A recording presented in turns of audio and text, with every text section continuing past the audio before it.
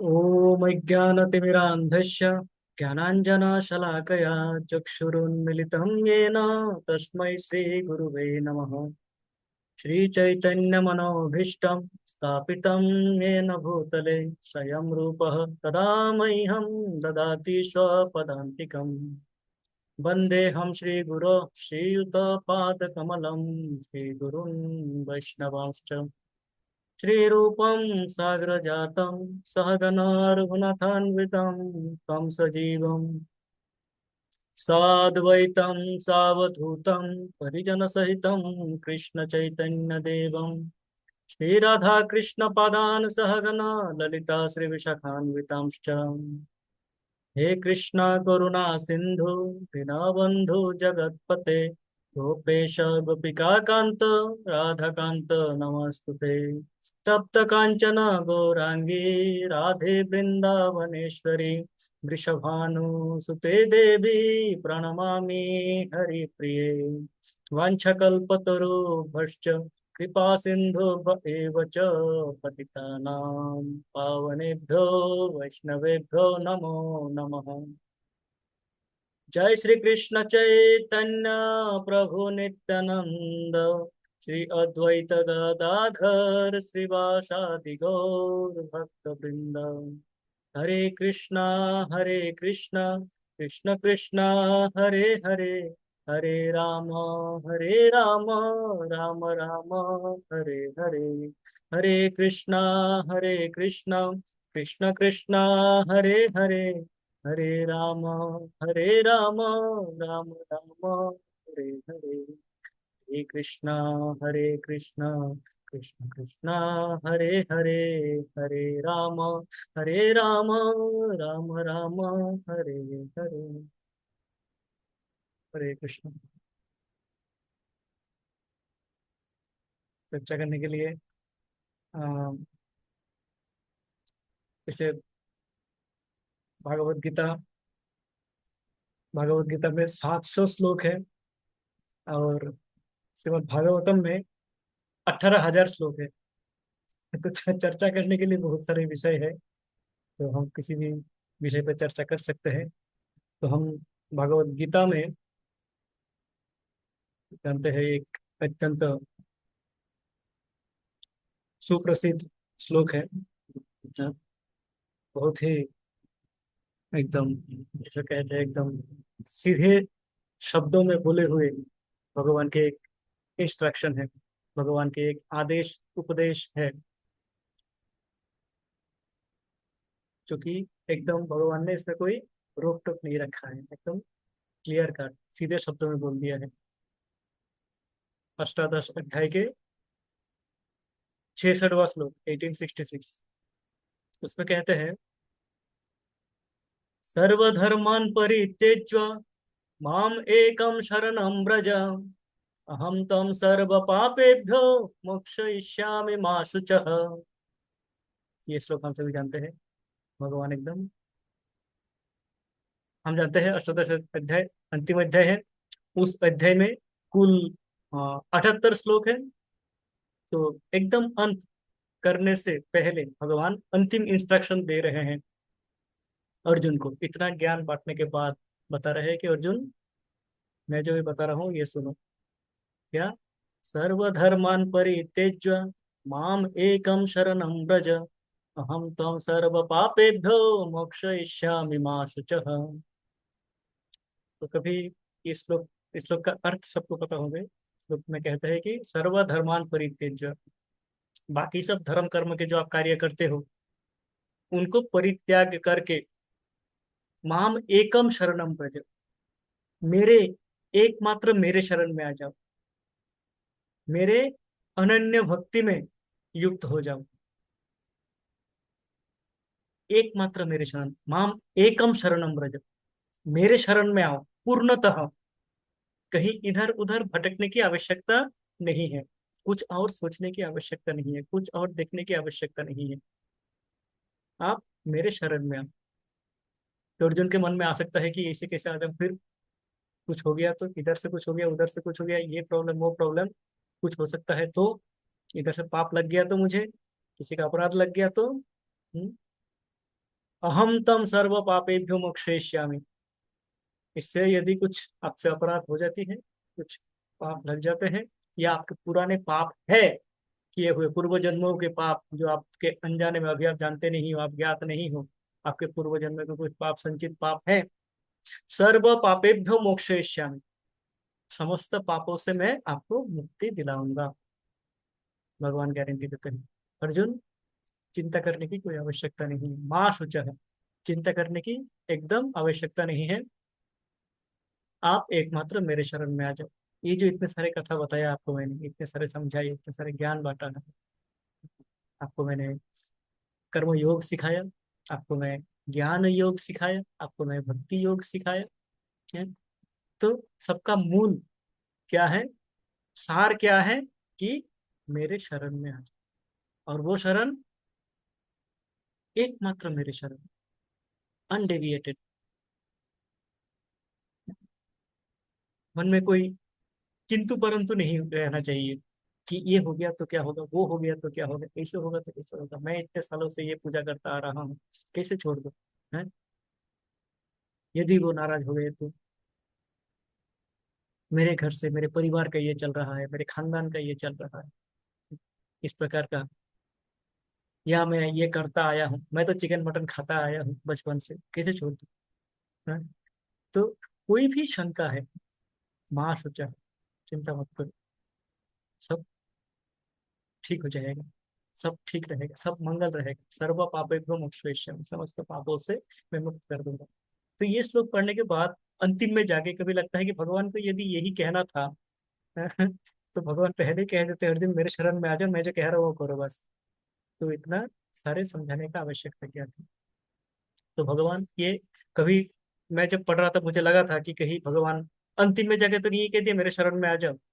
तो हम देखते हैं कि भगवान शुरू से ही, भगवत गीता की शुरू से ही भगवान अनन्य भक्ति के विषय में चर्चा करते हैं। भगवान के अनन्य भक्ति के विषय में शुरू से ही चर्चा करते हैं। और इसको जब भक्ति योग के विषय में बताते हैं, हम जानते हैं गीता को हम 3 भाग में बांट सकते हैं। गीता के 18 अध्याय को, टोटल 18 अध्याय है, 18 अध्याय को हम 3 भाग में बांट सकते हैं।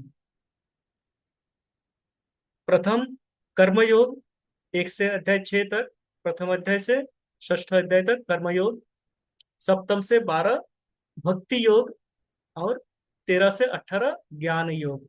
ये तीन मुख्यतः है, 3 योगों में बांटा जा सकता है। पर भगवान भक्ति योग के विषय में शुरू से ही बता रहा है कि मेरे शरण में आओ, मेरे शरणागत हो जाओ, मैं जो कहता हूँ वो सुनो।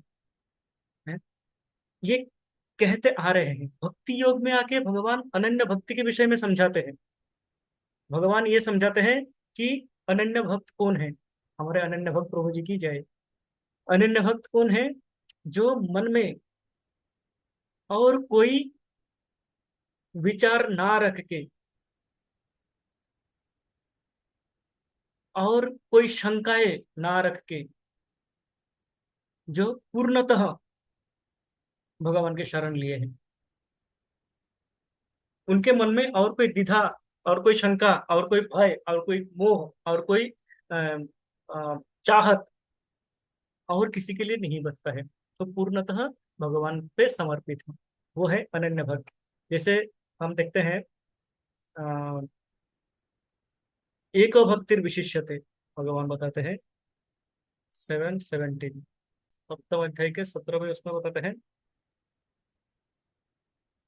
तेषां ज्ञानी नित्ययुक्त एक भक्तिर विशिष्यते, प्रियो हि ज्ञानिनोऽयमर्थ, अहम स च मम प्रियः। तेषाम ज्ञानी नित्य युक्त एक भक्तिर विशिष्यते, वह ज्ञानी, उनको, जो, जिनको ज्ञान प्राप्त है, उनको यदि क्या हो, एको भक्तिर विशिष्यते, पूर्णतः मुझ पे शरणागत होके मेरे भक्ति में लीन है, समस्त ज्ञान के साथ, मेरे मेरे जानकारी के साथ मैं कौन हूँ।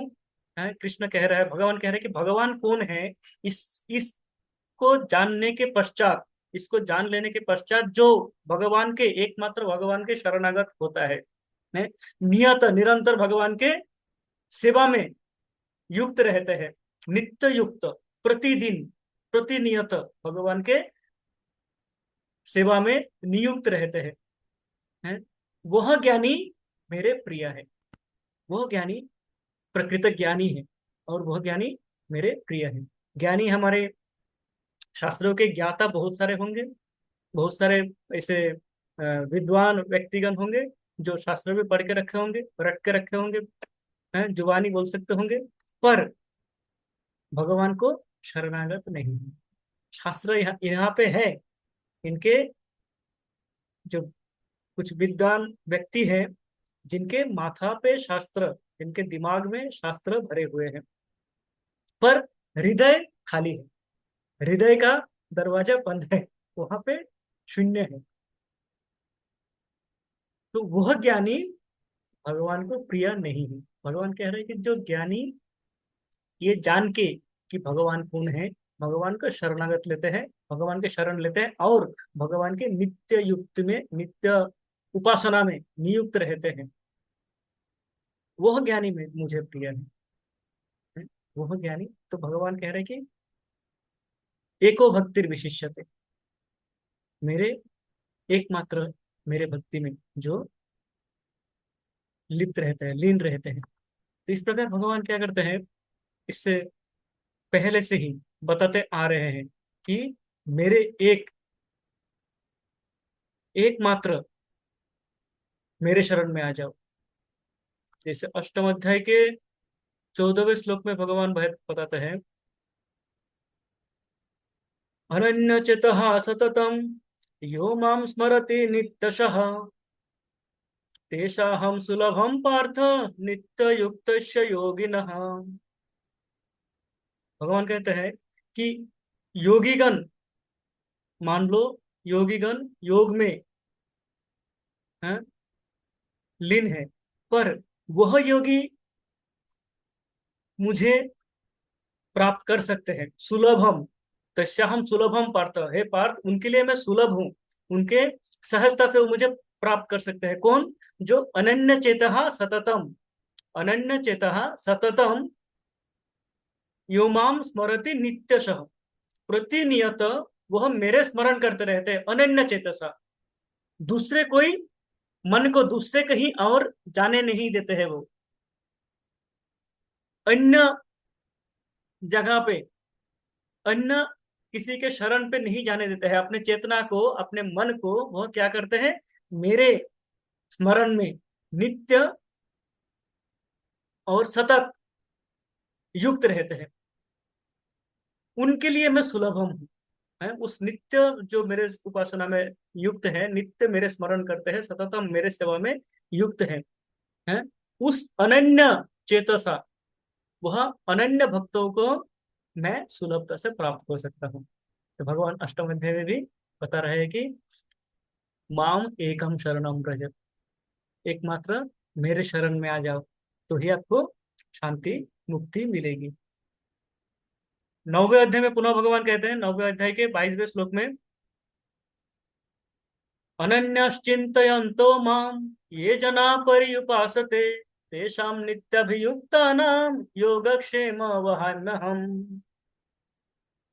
अनन्यश्चिन्तयन्तो माम ये जना पर्युपासते तेषां नित्यभियुक्तानां योगक्षेमं वहाम्यहम्।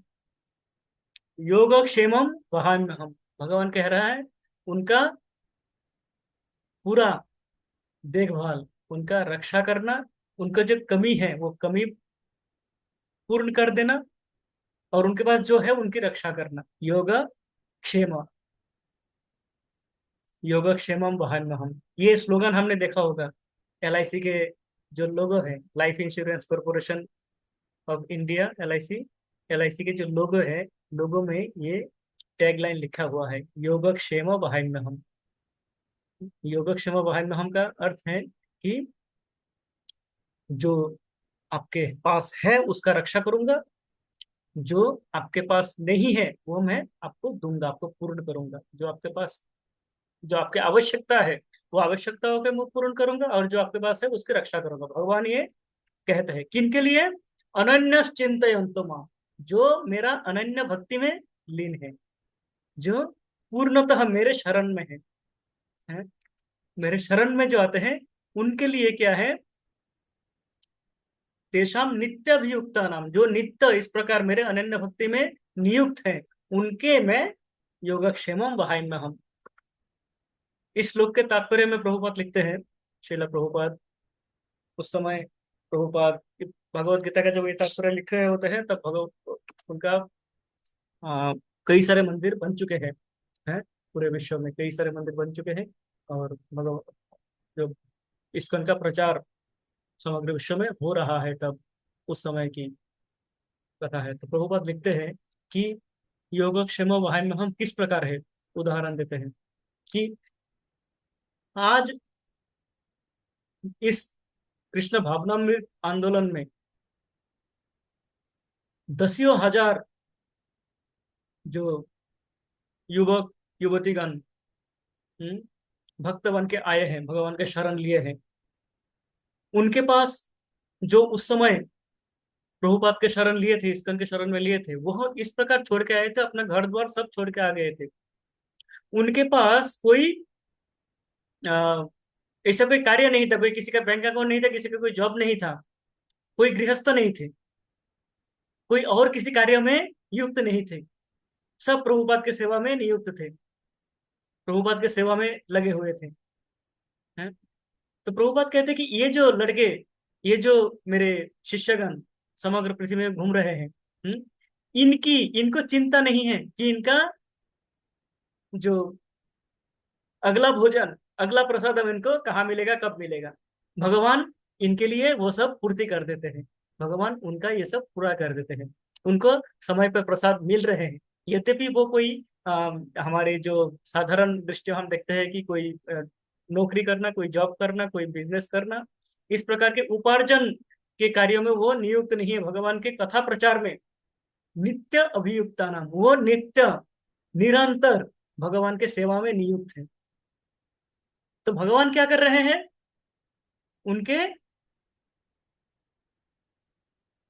रहने का व्यवस्था, उनके भोजन का व्यवस्था वो भगवान कर रहे हैं, हो रहा है, किसी असुविधा के बिना वो आराम से हो रहा है, उनको चिंता करने की आवश्यकता नहीं है। तो भगवान ये उस समय एकदम जिसे कहते हैं ज्वलंत उदाहरण देते हैं कि भगवान किस प्रकार अपने भक्तों का रक्षा करते हैं, किस प्रकार अपने भक्तों का सेवा से, जो सेवा में उनके सेवा में नियुक्त होते हैं, उनका वो देखभाल करते हैं, उनका रक्षणावेक्षण करते हैं। ये पूर्णतः एक लाइव एग्जाम्पल से प्रमाणित करते हैं कि इस प्रकार यदि हम भी भगवान को समर्पित हो जाए, उस प्रकार जो उस समय हुए थे वो भक्तगण, तो भगवान हमारी देखभाल करेंगे। और ये हम जानते हैं, हम यहाँ पे कई वरिष्ठ भक्तगण होंगे जिनको ये अनुभव होंगे कि भक्ति में आने के बाद उनके कई सारे चिंताएं दूर हो गई, कई सारे चिंताएं लाघव हो गई है। बहुत सारे जो टेंशन होते हैं, एंजाइटी होते हैं, वो सारे दूर हो गए हैं। इस प्रकार के एग्जाम्पल बहुत सारे भक्तों के पास होंगे यहाँ पे। तो यहाँ पे यही कहता है कि अनन्य चिंतयन्तु माम, जो मेरे अनन्य भक्ति में नियुक्त रहता है वो, और जो मेरा माम एकम, एकमात्र मेरे शरण में आ जाते हैं। तो ये शरण, शरण में आ जाना, शरण में आने का अर्थ क्या है, किस प्रकार शरण में आया जाता है?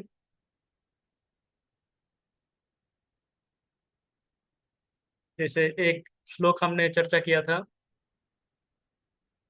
यहीं पे, प्रभु जी इसके ऊपर क्लास लिए थे हमने, फिलहाल भक्ति विनोद ठाकुर के एक ग्रंथ भी पढ़ा था, शरणागति, षड्विधा शरणागति। उसमें एक श्लोक जो कि रूप गोस्वामी द्वारा रचित है, उसमें कहते हैं आनुकूल्यस्य संकल्प प्रतिकूल्यस्य वर्जनम रक्षिष्यतीति विश्वासो गोप्तृप्ते वरणम तथा आत्मनिक्षेप कार्पण्ये षड्विधा शरणागति। ये श्लोक बहुतों को याद होंगे। आनुकूल्यस्य संकल्प प्रतिकूल्यस्य वर्जनम रक्षिष्यतीति विश्वासो भोक्तृप्ते वरणम तथा आत्मनिक्षेप कार्पण्ये षड्विधा शरणागति। तो शरणागति के 6 अंगों के 6 प्रकार के विषय में बताते हैं कि अनुकूल्य से संकल्प, जो भक्ति के अनुकूल है उसका संकल्प लेना। ये कार्य भक्ति के मेरे भक्ति के मार्ग को प्रशस्त करेंगे कि नहीं। यदि करेंगे तो उसका करना है, यदि नहीं करेंगे तो नहीं करना है। प्रतिकूल्य से वर्जनम, जो कार्य प्रतिकूल है, प्रतिकूल कार्य जो भक्ति के प्रतिकूल कार्य है, कुछ भी खाना, कुछ भी पढ़ लेना, कुछ भी सुन लेना, ये प्रतिकूल है, भक्ति से हमें दूर लेके जाता है। असत संग संग का साथ रहना, इस प्रकार के जो कार्य है वो प्रतिकूल है। तो प्रतिकूल से वर्जनम, प्रतिकूल को त्याग करना है, अनुकूल को रखना है, धारण करना है। अनुकूल्य से वर्ज संकल्प, प्रतिकूल्य से वर्जनम। रक्षिष्वती इति विश्वास, ये महत्वपूर्ण है। रक्षिष्वती इति विश्वास, अवश्य रक्षिवे कृष्ण, यही विश्वास पालन। कृष्ण हमारी रक्षा करेंगे, ये विश्वास, पूर्ण विश्वास कृष्ण पे कि कृष्ण हमारी रक्षा करेंगे।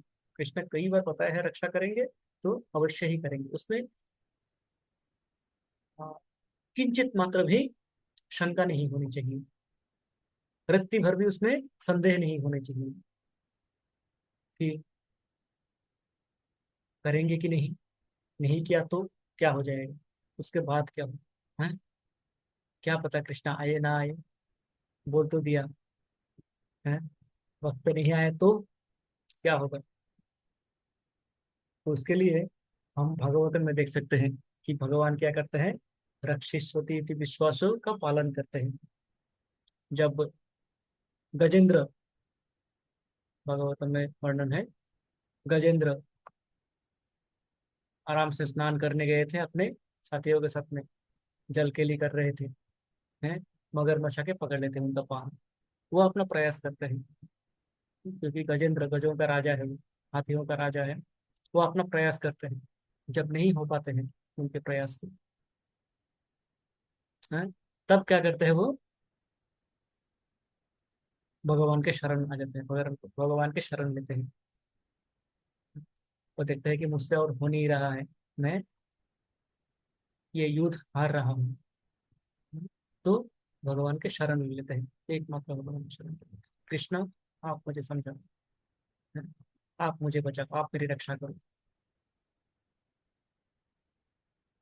उस समय कहते हैं, आचार्यगण कहते हैं कि गजेंद्र जब इस प्रकार विपद में थे, हैं, देवी देवतागण चाह रहे थे कि हमें बुलाए, हमें बुलाए, हम उसकी रक्षा करें, गजेंद्र की रक्षा हम करें, ताकि भागवतम के पन्नों पे हमारी नाम स्वर्णाक्षरों में लिखा जाएगा। तो देवी देवतागण चाहते थे कि इस विपद में वह हमें बुलाए, पर गजेंद्र एकमात्र कृष्ण ही का शरणम, एकमात्र कृष्ण का शरण लेते हैं और बुलाते हैं कृष्ण को, एक फूल अर्पण करते हैं, करके कृष्ण को बुलाते हैं। कृष्ण तत्क्षणात आते हैं। कहते हैं कृष्ण इतने स्पीड से आते हैं, इतने तेजी से आते हैं कि साधारणतः वह गरुड़ में बैठे होते हैं, गरुड़ आते हैं, गरुड़ में बैठते हैं, गरुड़ में बैठ के वो आते हैं। उस समय गजेंद्र के मोक्ष के समय कहते हैं कि गरुड़ पीछे छूट जाते हैं, कृष्ण पहले पहुंच जाते हैं गरुड़ से उनकी रक्षा करने के लिए। कारण उस भाव से, उस शरणागति से, उस विश्वास से गजेंद्र भगवान को पुकारते हैं, भगवान का स्तुति करते हैं। इसके बाद हम देखते हैं महाभारत में द्रौपदी राजसभा में, उन्हीं के घर राजसभा में, जहाँ पे समस्त श्रद्धेय वरिष्ठ व्यक्तिगण है, कहते हैं कि उस समय राजसभा में हजारों द्युत क्रीड़ा चल रहा था, उस क्रीड़ा में हजारों लोग उपस्थित थे। उनके सामने उनका वस्त्रहरण करने का प्रयास कर रहा था दुशासन। द्रौपदी अपना प्रयास करते हैं। द्रौपदी उपस्थित सभी को हाथ जोड़ते हैं कि मुझे इस लात से रक्षा कीजिए। एक स्त्री के लिए इससे अधिक लज्जाजनक और कुछ नहीं है, मुझे मेरी रक्षा कीजिए। पर सब अपना सिर झुका लेते हैं, नतमस्तक हो जाते हैं, कोई उनको रक्षा नहीं कर पाते हैं। वो कृपाचार्य के पास जाते हैं। कृपाचार्य जी, आप तो कृपा के मूर्ति हो, आप मेरी रक्षा करो, मुझ पे कृपा करो। कृपाचार्य भी अपना मस्तक नत कर लेते हैं, पर वो ऐसे दिखाते हैं, अपने उंगली से दिखाते हैं ऐसे। तो उस इशारे को द्रौपदी समझ जाते हैं, तुरंत ही समझ जाते हैं। अमरेंद्र प्रभु कहते हैं कि जो बात समझाने के लिए भगवान को, स्वयं भगवान को 700 श्लोक बताना पड़ा गीता में। गीता में 700 श्लोकों के डिस्कशन के बाद, आलोचना के बाद जो बात अर्जुन को समझ में आता है, वह बात द्रौपदी को एक इशारे से आ जाता है। जब ऐसे कृपाचार्य को इशारा करके दिखाते हैं इसे, उस एक इशारे से आ जाता है। और द्रौपदी अपना समस्त कुछ भूल के वह पुकारता है कृष्ण को, कृष्ण मेरी रक्षा करो। और कृष्ण उनके, द्रौपदी माता की रक्षा के लिए स्वयं वस्त्र का रूप धारण कर लेते हैं। कहते हैं केशव धीता, केशव धृता वस्त्र शरीर, जय जगदीश हरे। वह अपना, जो हम जानते हैं भगवान का एक नाम अनंत है, अनंत अर्थात अर्थात जिनका अंत नहीं है, तो वो अनंत का रूप ले लेते हैं वस्त्रों में, अनंत वस्त्र हो जाते हैं। दुशासन खींचे जा रहा है, वस्त्र समाप्त नहीं हो रहा है, वस्त्रों का पहाड़ लग जाता है, ढेर लग जाता है, पर उनका वो वस्त्र हरण नहीं कर पाते हैं, सक्षम नहीं होते हैं। भगवान अनंत वस्त्र का रूप धारण कर लेते हैं। कारण माँ द्रौपदी क्या करते हैं, सब भूल के समस्त धर्म, जो स्त्री का जो लज्जा धर्म है, उसको भी छोड़ देते हैं। इसको अ, इस प्रकार बताते हैं कि धर्म, हमारे जो विभिन्न धर्म है, धर्म ये नहीं कि एक मात्र ये हिंदू धर्म, मुस्लिम धर्म अथवा क्रिश्चियन धर्म, यही धर्म नहीं है। हमारा बहुत सारे धर्म है। जैसे हमारा पितृ, मैं पिता हूँ तो पितृ धर्म है, पति हूँ तो पति का धर्म है, कोई पत्नी है तो पत्नी धर्म है, कोई माता पिता है तो उनका एक धर्म है, कोई पुत्र है तो पुत्र धर्म है। तो इस प्रकार जो नारी है, लज्जा धर्म है नारी का।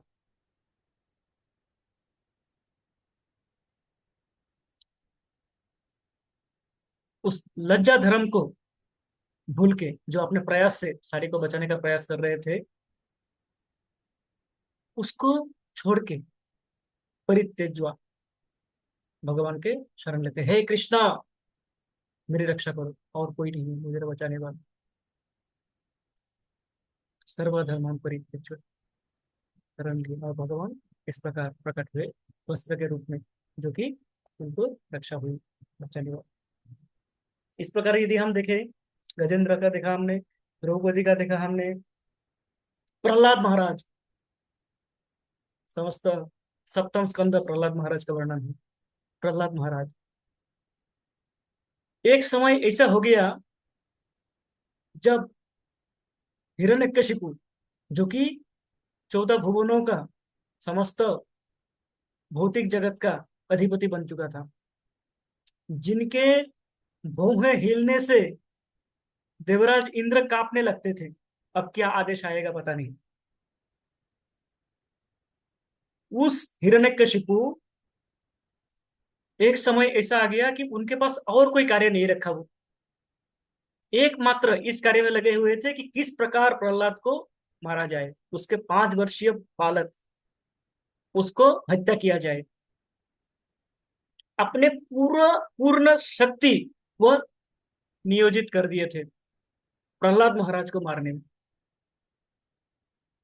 पहाड़ से फेंकना, विष, विषैले सांपों के भरे एक घर में डाल देना है, आग में डाल देना, जो पागल हाथी है हाथी के पैर के नीचे डाल देना, ऐसा कोई उपाय उन्होंने नहीं छोड़ा जिससे कि उसको मारा जाए। पर प्रहलाद महाराज एकमात्र कृष्ण के शरण में, एकमात्र भगवान के शरण में थे। आश्चर्य की बात यह है, कभी सोचते हैं कि पूरे सप्तम स्कंध में जहाँ पे प्रहलाद महाराज का वर्णन है, एक बार भी प्रहलाद महाराज ये कॉम्प्लेन नहीं करते हैं, एक बार भी ये नहीं बताते हैं कि हे भगवान, मैं आपका आराधना कर रहा हूँ, मैं आपका शरण ले रहा हूँ, मुझ पे इतना दुर्गति क्यों, मुझ पे इतना अत्याचार क्यों है, क्यों मेरे ऊपर इतने सारे अत्याचार हो रहा है, मैंने क्या किया है, मैंने भाभी का सेवा किया, आपका स्मरण किया है, आपका नाम ले रहा हूँ, आपका प्रचार कर रहा हूँ, नहीं कहते हैं। पूर्णतः शरणागति, भगवान जैसे रखेंगे वही ठीक है। अवश्य रक्षिवे कृष्ण रक्षिष्यति इति विश्वासो, पूर्ण विश्वास के साथ कि कृष्ण जो रख रहा है, जो मुझे मिल रहा है, ये ठीक है मेरे लिए, यही उचित है, भगवान मेरी रक्षा कर रहे हैं। ये विश्वास के साथ 5 वर्ष के बालक तो भगवान उनकी रक्षा करते हैं।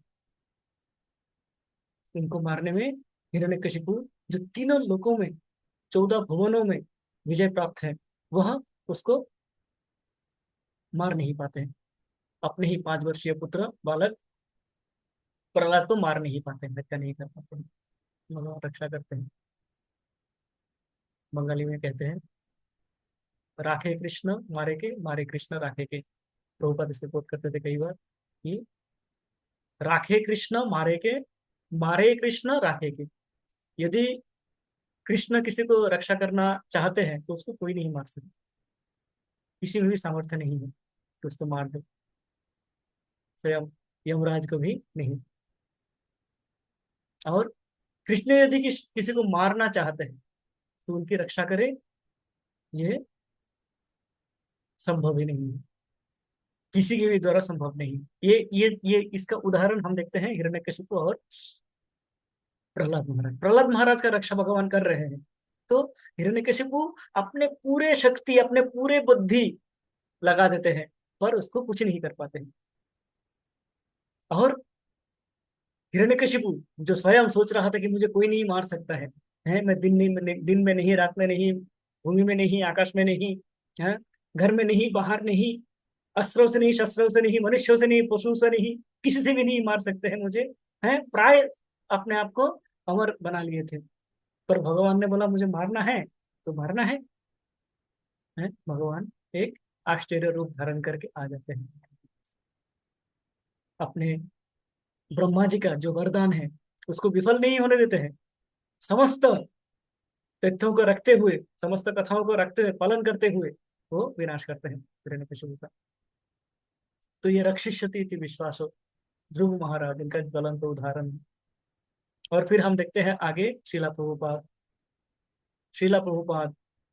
अपने भक्ति के जीवन में प्रारंभ है, अपने घर से उनको बाधाएं मिलते हैं, उनके परिवार उनका भक्ति में साथ नहीं देते हैं, हम जानते हैं ये सब कथा।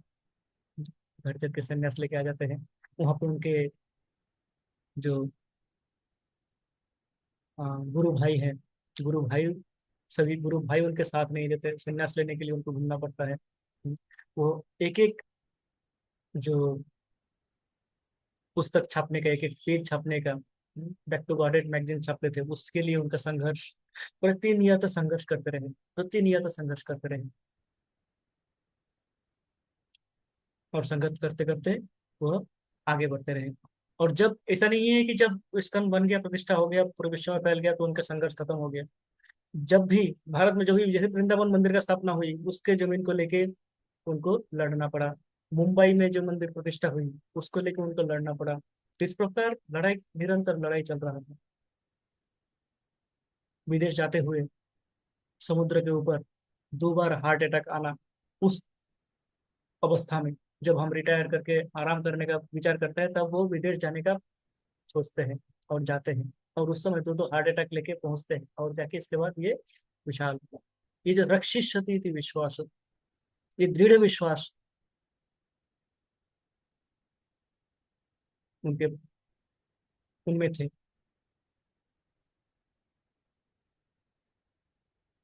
और इस विश्वास के साथ कि अवश्य रक्षिवे कृष्ण, रक्षिष्यति इति विश्वास, ये विश्वास उनके पास था, दृढ़ विश्वास था।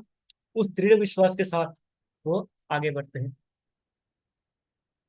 इस प्रकार हम देखते हैं कि सर्वधर्मान परित्यज्य माम एकम शरणम व्रज अहम तम सर्व पापेभ्यो मोक्षयिष्यामि मा शुचः। भगवान किस प्रकार कहते हैं और किस प्रकार पालन करते हैं। इसमें एक और आचार्यगण एक और बात कहते हैं और एक तथ्य देते हैं कि भगवान जो कह रहे हैं कि सर्वधर्मान परित्यज्य माम एकम शरणम व्रज, ये जो व्रज बोला है, व्रज शब्द, भगवान और कुछ शब्द व्यवहार कर सकते थे। कहते कि जो व्रज शब्द है उसमें भी क्या करते हैं, अब हमारे जो आचार्यगण हैं उसमें से रस निकाल के लाते हैं, उसको उसमें से रस निकालते हैं। ब्रज क्यों बोला हुआ है? कहते कि भगवान अपने ब्रज को स्मरण कर रहे थे। भगवान जब ब्रज छोड़ के वृंदावन छोड़ के एक बार आ जाते हैं, वृंदावन में पुनः वो कृष्ण के रूप में नहीं जाते हैं। हम्म, कृष्ण सदा सर्वदा ही वृंदावन में विराजमान रहते हैं।